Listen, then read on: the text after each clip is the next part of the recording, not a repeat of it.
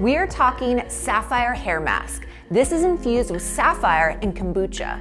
Sapphire is a stone of inner strength and inner wisdom, so I really wanted you guys to kind of end your ritual, like adding the hair mask in to really call in that inner strength.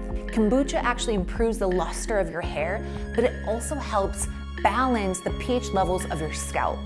It also has hyaluronic acid in it. It helps boost the hydration and really helps repair the hair.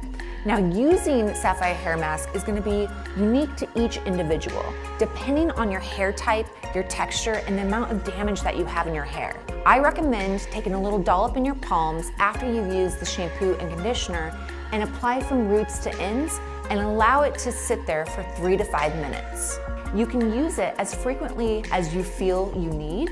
It really depends on the texture of your hair. If it's feeling really moisturized, then I would cut back, or you can utilize it more to really add that strength and moisture to the hair. Strengthen, repair, and reduce breakage with Sapphire Hair Mask.